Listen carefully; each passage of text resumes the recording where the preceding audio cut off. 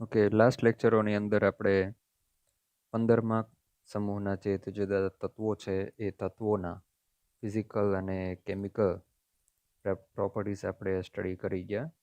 જુદા જુદા ગુણધર્મો, ત્રિજ્યા છે, બરાબર, આયનીય ત્રિજ્યા છે, ionisation, enthalpy, melting point, boiling point, એમની કેમિકલ રિએક્ટિવિટી સ્ટડી કરી ગયા કે ભાઈ આ તત્વોના ઓક્સાઇડો છે, હાઇડ્રાઇડ છે, એમના ઓક્સિડેશન નંબર એટસેટ્રા. હવે આ કોલમનું ફર્સ્ટ એલિમેન્ટ છે. હવે આમ જુઓ તો આપણે પી વિભાગની અંદર 15થી લઈને 18મી કોલમ છે, એમાં સૌથી ઉપરના જે બે તત્વો છે એના કમ્પાઉન્ડોનું ખૂબ જ મહત્વ છે કે એ કમ્પાઉન્ડ વ્યવહારુ અને ઇન્ડસ્ટ્રીની અંદર મેક્ઝિમમ એના સંયોજનો, એના ડાય મોલેક્યુલ્સનો મેક્ઝિમમ ઉપયોગ થતો હોય છે. તો અહીંયા આપણે 15મી કોલમનું પહેલું તત્વ નાઇટ્રોજન, એના આપણે કમ્પાઉન્ડ અને એના ડાયમોલેક્યુલની વાત કરીએ, કઈ રીતે બને છે એનો ગુણધર્મોનું ડિસ્કશન કરીએ, ફિઝિકલ અને કેમિકલ પ્રોપર્ટીઝ અને એના ઉપયોગ જોઈએ. તો પહેલું છે કમ્પાઉન્ડ. સંયોજન તો ના કહેવાય કારણ કે એક ડાય એટમિક મોલેક્યુલ છે. તો પહેલું જે અણુ છે, પહેલો પદાર્થ છે એ છે N2 ડાયનાઇટ્રોજન. બનાવટ જોઈએ તો આપણને ખબર છે કે વાતાવરણની અંદર ડાયનાઇટ્રોજન N2નું પ્રમાણ 78% છે, સૌથી વધારે છે વાતાવરણની અંદર. ત્યાર પછી ઓક્સિજનનું પ્રમાણ આવે. એ સિવાય એટમોસ્ફિયરની અંદર CO2, નિયોન, આર્ગોન જેવા ગેસીસ પણ છે, ડાયહાઇડ્રોજન પણ છે. તો આપણે 11મા ધોરણની અંદર જે state of matter chapter study કરી ગયા એમાં આપણે CO2નું પ્રવાહીકરણની થિયરી જોઈ ગયા હતા કે જેની અંદર આપણે ક્રાંતિક તાપમાન, ક્રાંતિક દબાણ, ક્રાંતિક કદની વાત કરેલી કે જુદા જુદા વાયુઓનું મિક્સચર હોય તો એમાંથી એક પછી એક વાયુઓને છૂટા પાડવા હોય તો આપણે ક્રાંતિક તાપમાનનો ઉપયોગ કરીએ છીએ કે જે વાયુનું ક્રાંતિક તાપમાન ઊંચું હોય એનું પ્રવાહીકરણ સૌથી પહેલાં થતું હોય છે. તો અહીંયા હવાની અંદર N2 અને O2, N2નું ક્રાંતિક તાપમાન ઊંચું છે એટલે પહેલાં તો એનું પ્રવાહીકરણ કરવામાં આવે. તો પ્રવાહીકરણ સૌથી પહેલાં N2નું થશે, ત્યાર પછી એનું વિભાગીય નિસ્યંદનો કરવામાં, હવાનું પ્રવાહીકરણ કરવામાં આવશે ને ત્યાર પછી એક જે લિક્વિડ ફોર્મમાં વાયુ છે એને વિભાગીય નિસ્યંદનથી છૂટા પાડવામાં આવે છે. તો અહીંયા ઇન્ડસ્ટ્રીની અંદર હવાનું લિક્વિડિફિકેશન કરીને અને પ્રયોગશાળાની અંદર જો MCQની અંદર આવું પૂછાય, પ્રયોગશાળામાં N2 જો બનાવવો હોય તો એની મેથડ કઈ છે, ઇન્ડસ્ટ્રીમાં કઈ મેથડથી બનાવવામાં આવે છે. તો લેબોરેટરી મેથડ છે એમાં એમોનિયમ ક્લોરાઇડના જલીય દ્રાવણને સોડિયમ નાઇટ્રાઇટ, ઓકે, નાઇટ્રાઇટ એટલે NO2-, સોડિયમ નાઇટ્રાઇટના જલીય દ્રાવણને મિક્સ કરવામાં આવે છે તો N2 વાયુ ઉત્પન્ન થશે, ક્ષાર બનશે અને પાણી.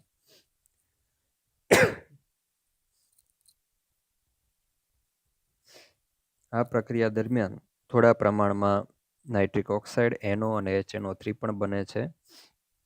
આ અશુદ્ધિઓને આ પ્રક્રિયા દરમિયાન ઉત્પન્ન થતા વાયુને પોટેશિયમ ડાયક્રોમેટ ધરાવતા જલીય સલ્ફ્યુરિક એસિડમાંથી પસાર કરીને દૂર કરવામાં આવે છે, NO અને HNO3ને. એમોનિયમ ડાયક્રોમેટના ઉષ્મીય વિઘટનથી પણ ડાયનાઇટ્રોજન બનાવી શકાય. સો સેકન્ડ મેથડ છે એમોનિયમ ડાયક્રોમેટ, NH4+ અને Cr2O7-2, એક સોલ્ટ છે, બરાબર. તો સોલિડ સ્ટેટમાં હોય છે અને હીટ કરવામાં આવે તો આ કમ્પાઉન્ડ ડીકમ્પોઝ થશે, એમાંથી N2, H2O અને Cr2O3, તો N2 ગેસ ફોર્મમાં નીકળી જશે. તો આ મેથડ પણ યુઝ કરી શકાય. બીજું ખૂબ જ મહત્ત્વનું છે કે જે વારંવાર કોમ્પિટિટિવ એક્ઝામની અંદર અને ગુજકેટની અંદર પણ પૂછાયેલું છે, એ છે કે સોડિયમ અથવા તો બેરિયમ એઝાઇડના ઉષ્મીય વિઘટન દ્વારા અતિ શુદ્ધ ડાયનાઇટ્રોજન મેળવી શકાય છે. અતિ શુદ્ધ, બરાબર. ઘણી વાર પૂછાયું છે કે ભાઈ અતિ શુદ્ધ ડાયનાઇટ્રોજન નીચેનામાંથી કયા કમ્પાઉન્ડમાંથી મેળવી શકાય. તો બેરિયમ એઝાઇડ, તમને આગળ હાઇડ્રોજન એઝાઇડની વાત કરેલી ગઈકાલે આપણે જે સ્ટડી કરી ગયા, નાઇટ્રોજનના જે હાઇડ્રાઇડ છે એમાંનું એક એમોનિયા તો છે જ, NH3, એ સિવાય HN3 લીધેલું, બરાબર. આ બેઝિક છે જ્યારે આ કેવું છે, એસિડિક છે. આનો સ્વભાવ એસિડિક છે. તો HN3, તો એવી જ રીતે અહીંયા NaN3 આને સોડિયમ એઝાઇડ કહેવામાં આવે. અને જો હું બેરિયમ લગાવું અહીંયા N પ્લસ થશે અને આ N3 માઇનસ, તો N3 માઇનસને એઝાઇડ આયન કહેવામાં આવે છે. બરાબર, N3 માઇનસ એઝાઇડ આયન. પરંતુ N-3 હોય ને તો એને નાઇટ્રાઇડ આયન કહેવામાં આવે. ખાસ ધ્યાન રાખો અહીંયા. બરાબર, N-3 હોય તો નાઇટ્રાઇડ આયન કહેવાય એને, અને N3- હોય તો આને શું કહેવામાં આવે છે? એઝાઇડ આયન. તો સોડિયમ એઝાઇડ. પરંતુ જો હું હવે બેરિયમ લગાવું તો બેરિયમનો ઓક્સિડેશન નંબર તો +2 હોય, એટલે મારે N3ની બહાર શું કરવું પડશે? ટ્વાઇસ કરવું પડશે. આ સોલિડ સ્ટેટમાં કમ્પાઉન્ડ હોય છે, એને જસ્ટ ગરમ કરવામાં આવે છે તો એ વિઘટિત થશે અને તરત જ બેરિયમ સોલિડ, બેરિયમ ધાતુ સ્વરૂપમાં મળશે અને N2 ગેસ છૂટો પડશે. તો એવી જ રીતે તમે અહીંયા NaN3ને ગરમ કરીને પણ ડાયનાઇટ્રોજન વાયુને છૂટો પાડી શકો છો. પણ હા, એના માટે સોડિયમ ધાતુ મળશે, એને સોલિડ પ્લસ N2 ગેસ મળશે. બરાબર, હવે આને બેલેન્સ કરવું પડશે, તો અહીંયા 2 કરી દો તો અહીંયા થઈ જશે 2 અને 3 દુ 6 થાય છે. બરાબર, નાઇટ્રોજન કેટલા? 3 દુ 6, તો અહીંયા કરી દો 3 મોલ N2 ગેસ, તો 3 દુ 6. ઓકે, સો આ રીતે અને બેરિયમ એઝાઇડમાંથી. બરાબર, ત્યાર પછી બીજી પણ મેથડો છે ડાયનાઇટ્રોજન બનાવવા માટેની, તો એને તમે JEE નીટ માટે યુઝ કરી શકો. N2નું પ્રોડક્શન, સો NH4NO2 એમોનિયમ નાઇટ્રાઇટને ગરમ કરવામાં આવે તો N2 gas plus 2 mall of H2O. એ સિવાય અન્ય મેથડ છે CaOCl2 કેલ્શિયમ હાઇપોક્લોરાઇડ જેને કહેવામાં આવે, CaOCl2 પ્લસ NH3 સાથે રિએક્શન કરવામાં આવે તો CaCl2 બનશે plus N2 plus H2O. રિએક્શનને balance કરી દેવી. અહીંયા 3 લઈ લો, અહીંયા 2 છે તો 3 કેલ્શિયમ, સો હિયર 3 અને અહીંયા કરી દો 3. ઓકે, એ સિવાય ધાતુનો ઓક્સાઇડ, કોપરનો ઓક્સાઇડ પ્લસ NH3 સાથે રિએક્શન કરવામાં આવે તો N2 પ્લસ કોપર મળશે પ્લસ H2O. અહીંયા 3 મોલ, અહીંયા 3 મોલ, એમોનિયા 2 મોલ અને કોપર 3 મોલ. ત્યાર પછી NH3ની Cl2 સાથે રિએક્શન કરવામાં આવે, ઇટ ગિવ્સ 2. આ રિએક્શન છે ને મોસ્ટ ઇમ્પોર્ટન્ટ છે. આ કોમ્પિટિટિવમાં પણ ઘણીવાર પૂછાયેલી છે અને આની વાત આપણે હેલોજનવાળી કોલમ છે 17મી કોલમ, એની અંદર આપણે સ્ટડી કરીશું. તેમાં ડાયક્લોરિન સાથેની રિએક્શનની વાત કરીશું. અહીંયા આપણે ડાયનાઇટ્રોજનની બનાવટની વાત કરીએ છીએ અને મળશે HCl. રિએક્શન બેલેન્સ કરવા માટે આપણે અહીંયા 2 મોલ કરી દઈએ, અહીંયા 3 મોલ લઈ લઈએ અને અહીંયા 6 મોલ લઈ લઈએ. તો JEE નીટ માટે તમે ડાયનાઇટ્રોજનની બનાવટ આ પણ ધ્યાનમાં રાખી શકો. ત્યાર પછી ગુણધર્મોની વાત કરીએ. ચલો, ડાયનાઇટ્રોજનના ગુણધર્મો, એમાં સૌથી પહેલાં ભૌતિક ગુણધર્મો જોઈએ.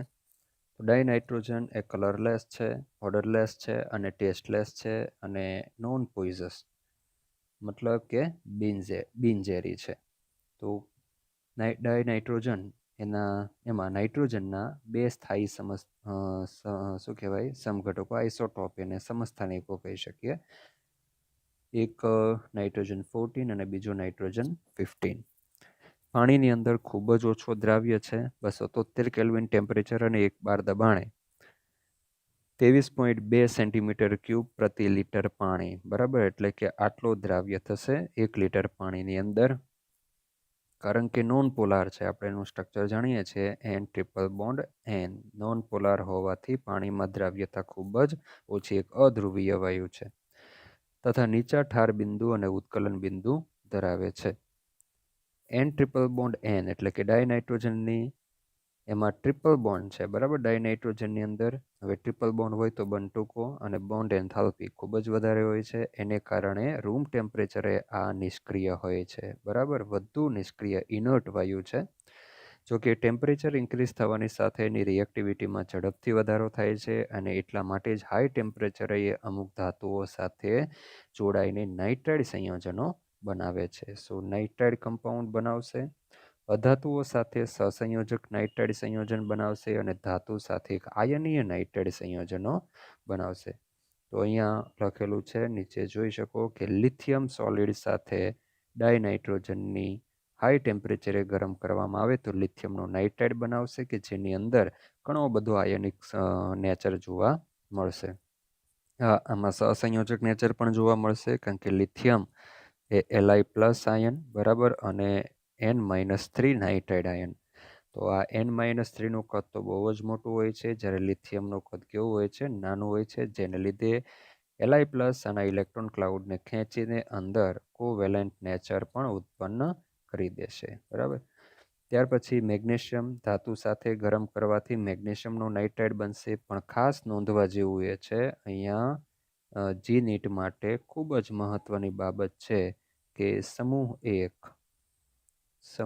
1 ની માત્ર Li ધાતુ જ N2 સાથે રિએક્શન કરી Li3n બનાવે. અન્ય તત્વો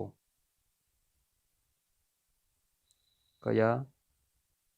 સોડિયમ, પોટેશિયમ, સીઝિયમ આ નાઇટ્રાઇડ બનાવતા નથી. એટલે આવા પણ MCQ પૂછાયા. નીચેનામાંથી નાઇટ્રોજન કોની સાથે નાઇટ્રાઇડ બનાવશે? તો સમૂહ 1ની વાત કરીએ તો ફક્ત કોની સાથે? લિથિયમ સાથે જ નાઇટ્રાઇડ બનાવશે. અને સેકન્ડ જે કોલમ છે બરાબર, એમાં બેરિલિયમ અને મેગ્નેશિયમ સાથે નાઇટ્રાઇડ બનશે. જેમ નીચે જશો એટલે નાઇટ્રાઇડ બનવાની વૃત્તિ ઘટી જશે.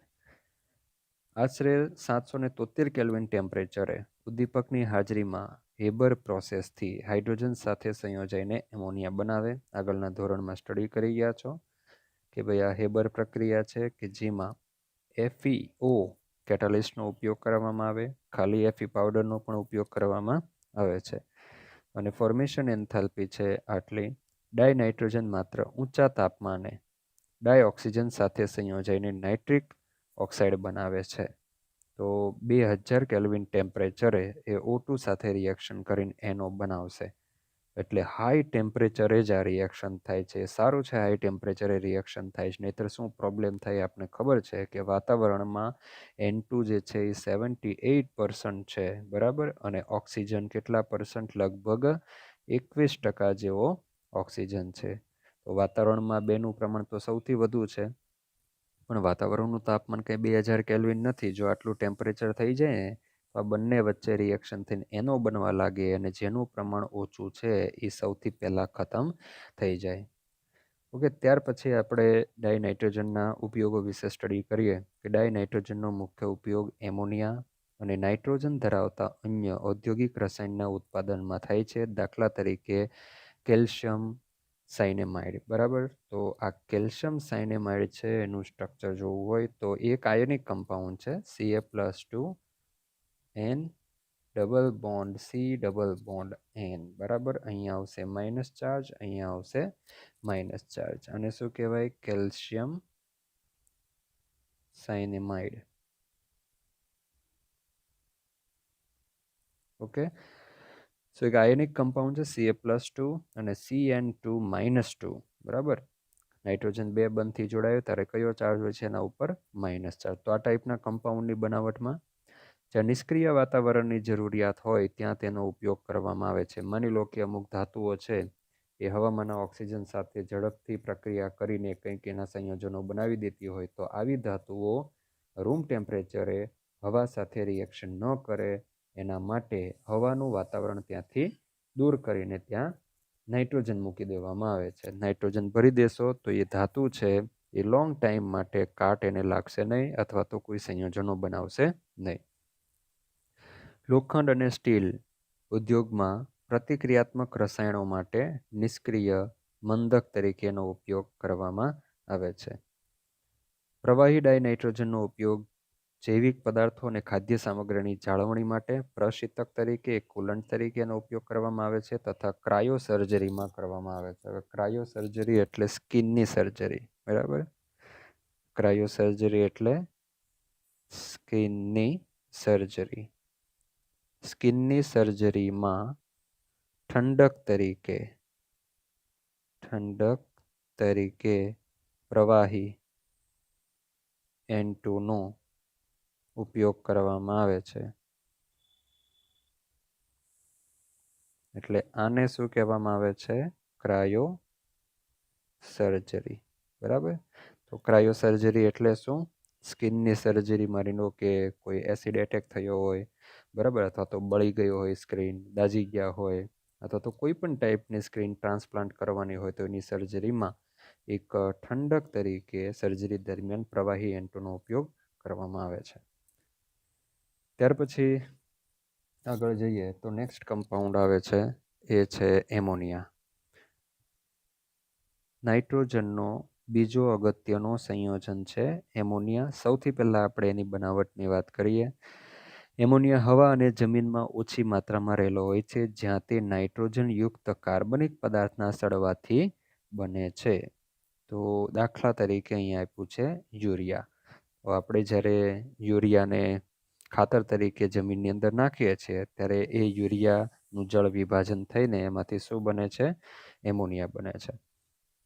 હવે અને બીજું એ કે માની લો કે આપણું જે શરીર છે ને એ પણ નાઇટ્રોજન યુક્ત પદાર્થોનું બનેલું છે. મતલબ કે જે સ્નાયુઓ છે, સ્નાયુઓ એ એમિનો એસિડના બનેલા છે. એટલે કે એવું કહી શકાય કે એમિનો એસિડ ભેગા થઈને એક પોલિમરિક કમ્પાઉન્ડની રચના કરશે, જે કમ્પાઉન્ડને આપણે પ્રોટીન કહીએ છીએ. અને પ્રોટીન એમિનો એસિડના બનેલા છે કે જેની અંદર નાઇટ્રોજન હોય છે, એમિનો સમૂહ હોય છે. અને આ પ્રોટીન તમે જોજો ક્યારેક કોઈ બોડી છે એ ડેડ બોડી પડેલી હોય તો એમ નામ એ જ્યારે પડી રહેશે ત્યારે બેક્ટેરિયા એ બોડીનું વિઘટન કરશે, અને વિઘટન કરવાથી આજે આપણા પ્રોટીનના મોલેક્યુલ એ જટિલ અણુઓ છે એને તોડશે ને એમાંથી એમોનિયા વાયુ ઉત્પન્ન થશે. તો આપણું જે શરીર છે ને એક ટાઈપનો કાર્બનિક પદાર્થ જ કહેવાય.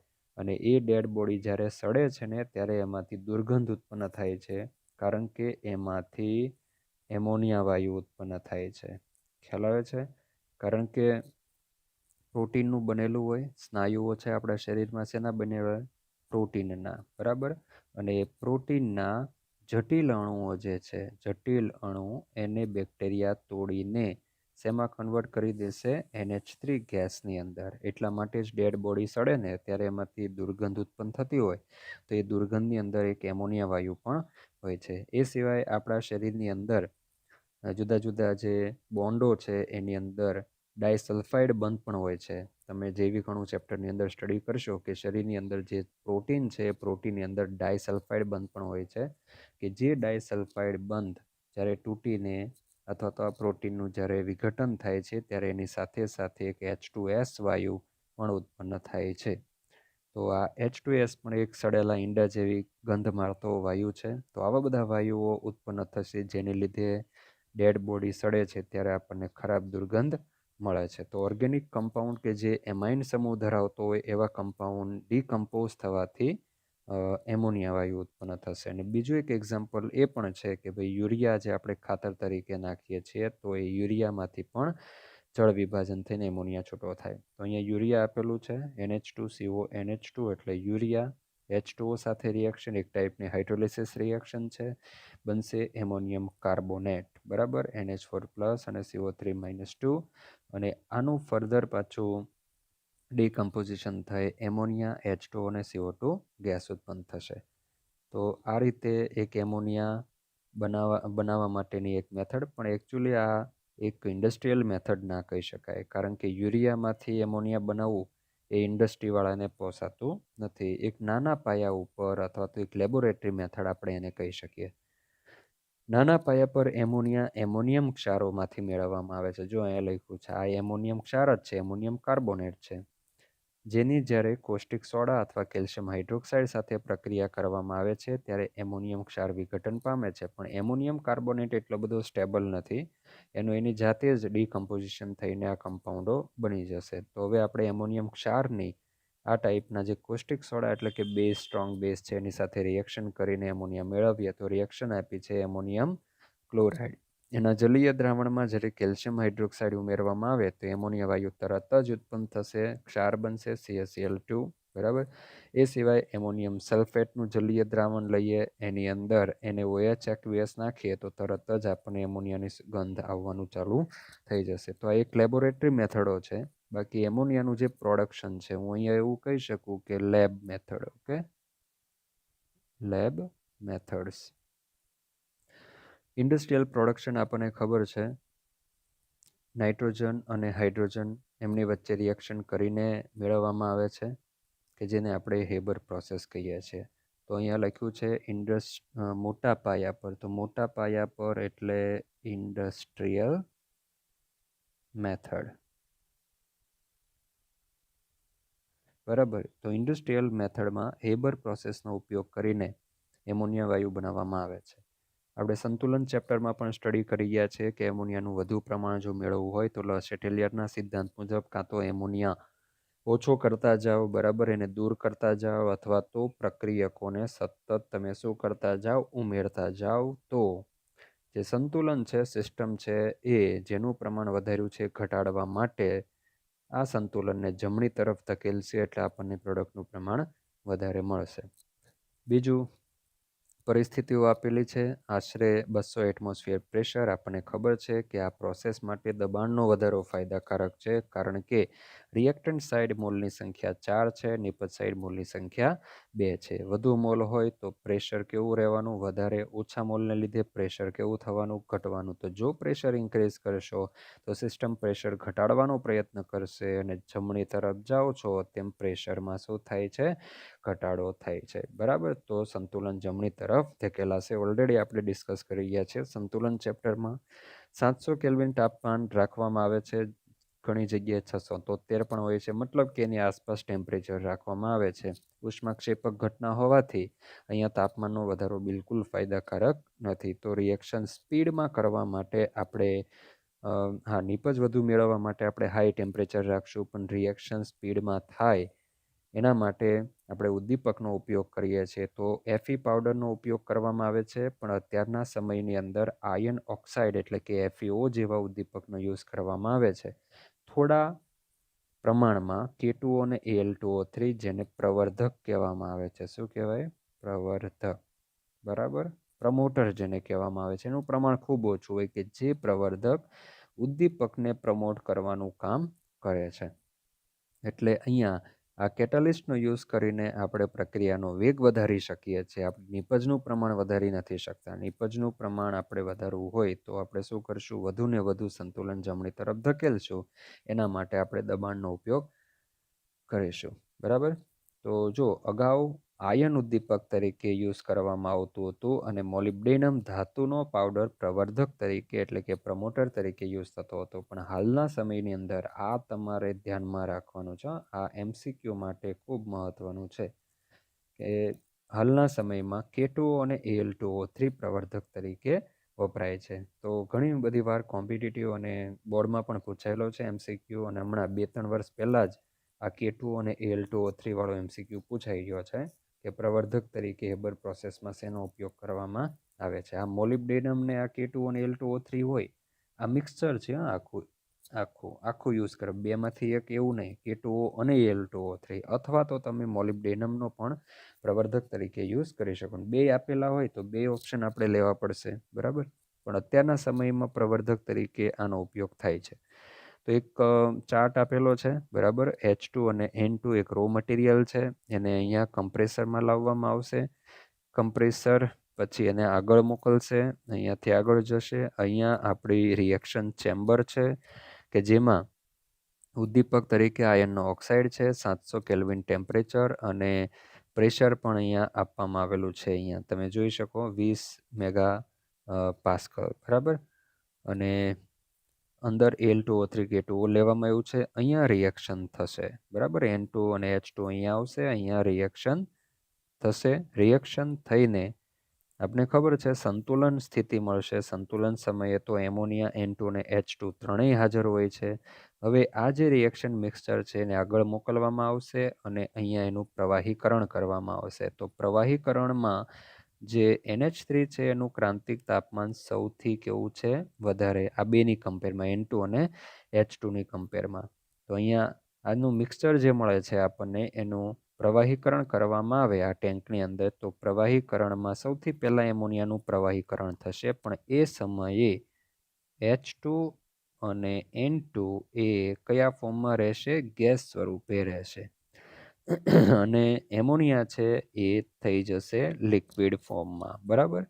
તો વાયુના પ્રવાહીકરણની જે આપણે થિયરી સ્ટડી કરી ગયા, ક્રાંતિક તાપમાન ક્રાંતિક દબાણનો ઉપયોગ કરીને અહીંયા લિક્વિડિફિકેશન કરતાં એમોનિયા લિક્વિડ થઈ જશે. એ સમયે H2N2 ગેસિયસ સ્ટેટમાં રહેશે અને એને નાખી નહીં દેવામાં આવે, એને અગાઉથી પંપ મારફતે ખેંચી લેવામાં આવશે અને ફરી પાછું એને આપણી જે રિએક્શન ચેમ્બર છે એની અંદર પાછું મોકલીને એક રો મટીરિયલ તરીકે એને યુઝ કરવામાં આવશે. તો સિમ્પલ છે. ત્યાર પછી આગળ જોઈએ તો એમોનિયાના ગુણધર્મની વાત કરીએ, પ્રોપર્ટીઝ, એમાં ફિઝિકલ અને કેમિકલ પ્રોપર્ટીઝ જોઈએ. તો સૌથી પહેલાં ફિઝિકલ પ્રોપર્ટીઝ, ભૌતિક ગુણધર્મ. સ્ટ્રક્ચર તો ઓલરેડી આપણે 11મા ધોરણનું રાસાયણિક બંધન ચેપ્ટરને આધારે જાણીએ જ છીએ. તો સ્ટ્રક્ચર એનું ત્રિકોણીય પિરામિડ છે અને bond angle HNH bond angle 107.8 degree છે અને નાઇટ્રોજન ઉપર એક અબંધકારક ઇલેક્ટ્રોન યુગ્મ ધરાવતી કક્ષક જોવા મળશે, જેને લીધે ટ્રાયેંગલ પિરામિડલ એનો શેપ તમને જોવા મળે. એમોનિયા એ તીવ્ર વાસવાળો રંગવિહીન વાયુ છે. તેનું ફ્રીઝિંગ પોઈન્ટ અને બોઇલિંગ પોઈન્ટ અનુક્રમે આપેલા છે. યાદ રાખવાની બહુ ખાસ જરૂર નથી, કારણ કે આવું તો બહુ બધું આવશે, કેટલું યાદ રાખશો. તો આવા પ્રશ્નો, બોઇલિંગ પોઈન્ટના એવા પ્રશ્નો કંઈ ખાસ એવા પૂછાતા નથી, વેલ્યુવાળા પ્રશ્નો નથી પૂછાતા. પાણીની જેમ ઘન અને પ્રવાહી અવસ્થામાં તે હાઇડ્રોજન બાંધ દ્વારા જોડાયેલા હોય છે, જેના કારણે તેના ગલનબિંદુ અને ઉત્કલન બિંદુના મૂલ્યો તેના અણુભારના આધારે અપેક્ષિત મૂલ્યો કરતાં વધુ. એવું કહે છે કે બીજા કોઈ કમ્પાઉન્ડ હોય કે જેનો અણુભાર એમોનિયાને મળતો આવતો હોય, તો એવા કમ્પાઉન્ડ કરતાં એમોનિયાના MPBP ઊંચા હોય છે because of presence of hydrogen bond between molecule. ત્રિકોણીય પિરામિડલ છે, જેના શીર્ષ પર નાઇટ્રોજન એટમ, આ શીર્ષ થયું. બરાબર. નાઇટ્રોજન એટમ હોય છે અને એની પાસે એક લોન પેર હોય છે અને 3 એની પાસે બોન્ડિંગ ઇલેક્ટ્રોન પેર હોય છે. એમોનિયા પાણીમાં વધુ દ્રાવ્ય છે કારણ કે એમોનિયા અને પાણી વચ્ચે હાઇડ્રોજન બોન્ડ બનતો હોય છે. બીજું કે પાણીમાં દ્રાવ્ય છે, OH- આયન બનવાને કારણે તેનું જલીય દ્રાવણ નિર્બળ બેઝિક હોય છે. સો રિએક્શન આપણે જાણીએ છીએ, સંતુલન ચેપ્ટરમાં ભણી ગયા. NH3+H2O ammonium ion plus OH-. આ એમોનિયા પાણી સાથે એક હાઇડ્રોજન બોન્ડ પણ બનાવી શકે અને બીજું કે આયોનાઇઝેશનથી પણ એ દ્રાવ્ય થઈ શકે. એમોનિયાને પાણીમાં નાખશો તો આ રીતે આયનો બનવાથી પણ એમોનિયા પાણીમાં દ્રાવ્ય થઈ જશે. તે એસિડ સાથે એમોનિયમ ક્ષાર બનાવે છે. બરાબર. એટલે કે હા, આની સાથે NH3ની HCl સાથે રિએક્શન કરશો તો આ એમોનિયમ ક્લોરાઇડ બનશે. H2SO4 સાથે એમોનિયાની રિએક્શનથી શું બને છે? Ammonium sulphate. તો આ ટાઈપના એસિડો સાથે રિએક્શન, HNO3 સાથે રિએક્શન કરવાથી એમોનિયમ નાઇટ્રેટ બનશે. બરાબર. એમોનિયમ નાઇટ્રેટ એટલે NH4NO3. કોની સાથે રિએક્શનથી? HNO3 સાથે. એ ઇન્ડિકેટ કરે છે કે એક બેઝિક કમ્પાઉન્ડ છે. એક નિર્બળ બેઝ તરીકે તે ઘણી ધાતુઓના ક્ષારના દ્રાવણમાંથી તેમના હાઇડ્રોક્સાઇડ સંયોજનોને અવક્ષેપિત પણ કરે છે. તો અહીંયા રિએક્શન જોઈએ તો ZnSO4, બરાબર, આ ધાતુનો એક સોલ્ટ છે, એના દ્રાવણની અંદર જો એમોનિયમ હાઇડ્રોક્સાઇડને ઉમેરવામાં આવે તો એ ધાતુનો હાઇડ્રોક્સાઇડ જે છે એ અવક્ષેપના સ્વરૂપમાં ઉત્પન્ન થશે. તો NH4, હા, આપણે ખ્યાલ છે ZnSO4 અને આ એક બેઝિક પદાર્થ છે અથવા તો બેઝ છે અને આની અંદર સલ્ફેટ આયન છે. સલ્ફેટ આયન આવ્યો શેમાંથી? તો એ આવ્યો H2SO4 જેવા સ્ટ્રોંગ એસિડમાંથી આવ્યો. એટલે આ જે છે ને એ એસિડિક કમ્પાઉન્ડ છે, એસિડિક સોલ્ટ છે. એસિડિક સોલ્ટ અને આ બેઝ છે તો એમની વચ્ચે રિએક્શન થશે અને એક સોલ્ટ બની જશે. બરાબર. તો અહીંયા એમોનિયમ સલ્ફેટ એક સોલ્ટ બન્યો અને જે ધાતુ છે એ એના હાઇડ્રોક્સાઇડના ફોર્મમાં અવક્ષેપિત થશે. એવી જ રીતે આપણને ખબર છે કે ભાઈ આ એક બેઝ છે, એમોનિયમ હાઇડ્રોક્સાઇડ અતિ નિર્બળ બેઝ જેને ગણવામાં આવે છે, અને FeCl3માં જે Cl છે ને એ Cl આવ્યો છે HClમાંથી, એટલે આ એક એસિડિક ક્ષાર છે, એસિડિક ક્ષાર. તો એ પણ આવા નિર્બળ બેઝ સાથે રિએક્શન કરશે અને કથ્થાઈ અવક્ષેપ આપશે, આપણને આયર્નનો ઓક્સાઇડ બનશે, એક સ્ફટિક જળના ફોર્મમાં આપણને જોવા મળશે અને એમોનિયમ ક્લોરાઇડ છૂટું પડશે. નેક્સ્ટ છે એમોનિયાના અણુ નાઇટ્રોજન પરમાણુ પર અબંધકારક ઇલેક્ટ્રોન યુગ્મની હાજરીથી તેને લુઈસ એસિડ બનાવે છે, લુઈસ બેઝ બનાવે છે. નાઇટ્રોજન પાસે શું હોય છે? લોન પેર, કે જેથી તે ઇલેક્ટ્રોન યુગ્મનું દાન કરે છે અને ધાતુ આયનો સાથે એક સવર્ગ સહસંયોજક બંધ બનાવે છે. અને આવા સવર્ગ સહસંયોજક બંધ ધરાવતા સંયોજનને શું કહેવામાં આવે છે? સંકીર્ણ સંયોજન, કે જેનો ઉપયોગ Cu+2 Ag+ જેવા ધાતુ આયનની પરખમાં આપણે કરી શકીએ છીએ. માની લો કે હું તમને કોઈ દ્રાવણ આપી દઉં, ધાતુ આયન ધરાવતું દ્રાવણ આપી દઉં, તમે એમાં એમોનિયા ઉમેરશો અને ઘેરો વાદળી રંગ તમને ટેસ્ટ ટ્યુબની અંદર જો દેખાશે તો તમે અનુમાન કરી શકો કે તમને આપેલ જે પદાર્થ છે એની અંદર કોપર આયન Cu+2 આયન હાજર હોય છે. કારણ કે આ જે છે ને એક કોમ્પ્લેક્સ આયન છે, અને કોમ્પ્લેક્સ આયનને પર્ટિક્યુલર કલર હોય છે, અને એ કલર પરથી આપણે અનુમાન કરી શકીએ કે હા, આ સંકીર્ણ સંયોજનની અંદર અથવા સંકીર્ણ આયનની અંદર કયો આયન હાજર હોય છે. Na3 એક તટસ્થ અણુ છે, લિગેન્ડ તરીકે વર્તે છે. તો જે કંઈ આખા કોમ્પ્લેક્સ આયનનો ચાર્જ એ જ ધાતુ આયનનો ચાર્જ બનશે. તો આવા જે સંયોજન છે એના માટે તો આપણી પાસે જબરજસ્ત હેવી ચેપ્ટર છે, કે જેમાંથી 4 માર્કનો થિયરીનો એક પ્રશ્ન બોર્ડની એક્ઝામની અંદર પૂછાય છે. એ છે સવર્ગ સંયોજનો. એને આપણે આ જ ભાગની અંદર સ્ટડી કરવાના છે, બરાબર. એ સિવાય Ag+ નું એક્વિયસ સોલ્યુશન, એટલે માની લો કે AgNO3, બરાબર, એ રંગવિહીન હોય છે. અને અહીંયા હું લઉં NaCl નો એક્વિયસ સોલ્યુશન, એ પણ રંગવિહીન. બંનેને ભેગા કરીએ એટલે તરત જ એક સ્પેરિંગલી સોલ્યુબલ સોલ્ટ AgCl બને છે, કે જે ખૂબ જ ઓછો દ્રાવ્ય એટલે સફેદ અવક્ષેપના સ્વરૂપમાં કન્વર્ટ થઈ જશે. આવા સફેદ અવક્ષેપ ધરાવતા દ્રાવણની અંદર હું એમોનિયા એક્વિયસ ઉમેરવાનું ચાલુ કરીશ તો એક સિલ્વરનો સંકીર્ણ સંયોજન બનશે, કે જે આ રીતે AgNa3 બરાબર. એક સંકીર્ણ સંયોજન છે, પાણીમાં દ્રાવ્ય હોય છે, કારણ કે આ એક ટાઈપનો સવર્ગ ક્ષાર છે. આનો આપણે સ્ટડી કરવાના છીએ, કે જેમાં અહીંયાથી બોન્ડ તૂટશે, આ આખો સંકીર્ણ આયન પોઝિટિવ અને આ Cl- બનશે. તો આ ટાઈપના એમોનિયા જે છે એ લોન પેર ધાતુ આયનની ડી કક્ષકમાં જવા દેશે, બરાબર. આ લોન પેર ધાતુ આયનની ડી કક્ષકમાં જવા દઈ સવર્ગ સહસંયોજક બંધથી જોડાઈને એક સંકીર્ણ આયન અથવા તો સંકીર્ણ સંયોજનની રચના કરે છે. ચાલો ઉપયોગ જોઈ લઈએ. એમોનિયાનો ઉપયોગ નાઇટ્રોજન યુક્ત જુદા જુદા ખાતરના પ્રોડક્શનમાં, એમોનિયમ નાઇટ્રેટ ખાતર, યુરિયા ખાતર, એમોનિયમ ફોસ્ફેટ, એમોનિયમ સલ્ફેટ, આ ખૂબ જ ઇમ્પોર્ટન્ટ ફર્ટિલાઇઝર્સ છે. એની બનાવટમાં એમોનિયા જોઈએ. એટલે કોઈ પણ દેશ છે એ જો કૃષિ પ્રધાન હોય ને તો એને એમોનિયા ની રો મટીરિયલ તરીકે બહુ જ જરૂર હોય છે. આટલા ઇમ્પોર્ટન્ટ ખાતરો બનતા હોય છે, અને એ એમોનિયા માટે આપણે હેબર પ્રોસેસની જરૂર પડશે, N2 અને H2 ગેસ તથા નાઇટ્રોજન યુક્ત કેટલાક અકાર્બનિક સંયોજનના પ્રોડક્શનમાં થાય છે. નાઇટ્રિક એસિડ સૌથી અગત્યનો છે, એટલે HNO3. આપણને ખ્યાલ છે કે ઇન્ડસ્ટ્રીમાં આનું બહુ જ મહત્વ છે. તો આ નાઇટ્રિક એસિડ એમોનિયાનું NH3 જે છે એ NH3નું ઓક્સિડેશન કરીને આપણે NO ગેસ બનાવી શકીએ છીએ, બરાબર. અહીંયા NO ગેસ બનશે, NOનું ફર્ધર પાછું ઓક્સિડેશન કરીને NO2 બનશે, અને આ NO2ની પાણી સાથેની રિએક્શનથી આપણે HNO3 બનાવી શકીએ છીએ. તો આની વાત આપણે આગળ કરીશું. ઓસ્વાલ્ડની મેથડ છે. કઈ મેથડ? ઓસ્વાલ્ડ રિએક્શન બહુ જ ઇમ્પોર્ટન્ટ છે. તો ઓસ્વાલ્ડ પદ્ધતિથી આપણે HNO3 બનાવવો હોય તો એમાં રો મટીરિયલ તરીકે શું જોઈએ છે? એમોનિયા, બરાબર. તેના માટે એમોનિયા ઉપયોગી છે. એ સિવાય એમોનિયા પ્રશીતક એટલે કે કુલન્ટ તરીકે પણ ઉપયોગમાં લેવામાં આવે છે. રેફ્રિજરેટર હોય ને તો એમાં ફ્રીજની અંદર એમોનિયાનો ઉપયોગ કુલન્ટ તરીકે, પ્રશીતક તરીકે કરવામાં આવે છે. હવે નીચે કોયડાના પ્રશ્નો આપ્યા છે. લખાણ સંબંધી પ્રશ્નો બહુ જ ઇઝી છે પણ બહુ જ ઇમ્પોર્ટન્ટ છે, બરાબર. તો MCQ માટે પણ તમને કામ લાગશે. અને આ ચેપ્ટરમાંથી તમને કીધું કે 1+1+1 એમ 3 ક્વેશ્ચન 3 માર્ક્સની અંદર 3 માર્કનો એક પ્રશ્ન, એમાં આ રીતે એક માર્કના 3 પૂછે, એમાં આ ટાઈપના પ્રશ્નો પણ પૂછી શકાય. એટલે લખાણ સંબંધી પ્રશ્નો હું નથી કરાવતો કારણ કે બહુ જ સિમ્પલ છે. એના જવાબ પણ તમને લગભગ આપેલા હોય છે પાછળ, બરાબર. અને જે આવા કોયડા આપ્યા છે એમાં તો જવાબ છે જ. હવે આવા પ્રશ્નો તો આપણે 11મા ધોરણમાં સ્ટડી કરી ગયા, તો એનું કોઈ અહીંયા ડિસ્કશન કરવાનું મિનિંગ નથી.